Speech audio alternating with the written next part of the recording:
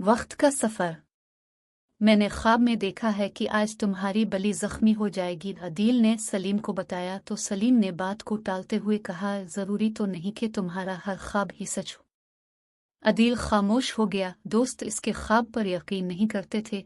वो सिर्फ ये कहते थे, जो तुम ख्वाब देखते हो इत्तेफाकन वैसा हो जाता है।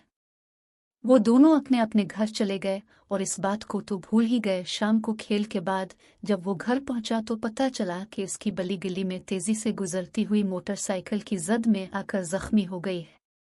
सलीम बहुत शर्मिंदा था कि उसने अदील की बात का यकीन न किया। उसने अदील से मुआफ़ी मांगी। आज सारे बच्चे बहुत खुश थे। उनके स्कूल का एक ग्रुप म्यूजियम देखने जा रहा था।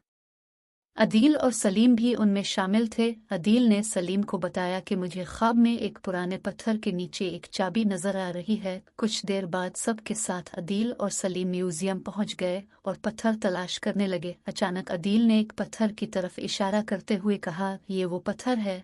दोनों ने मिलकर पत्थर हटाया तो देखा वहां एक चाबी दबी हुई नजर आए। जब अदील ने चाबी अलिफाटियाई तो तेज तूफानी हुआ चलने लगी और प्रिंसिपल सारे बच्चों को बुलाने लगे ताकि कोई बच्चा गुम ना हो जाए। अदील और सलीम वो दरवाज़ा तलाश करने लगे जिसकी ये चाबी थी। एक जानिब उन्हें एक पुराना दरवाज़ा नजर आया। दरवाजे में चाबी लगते ही दरवाज़ा खुल गया। वो अंदर दाखिल हुए तो दरवाज़ा खुद ब खुद बंद हो गया। वो आगे चल पड़े। चलते चलते शाम हो गई।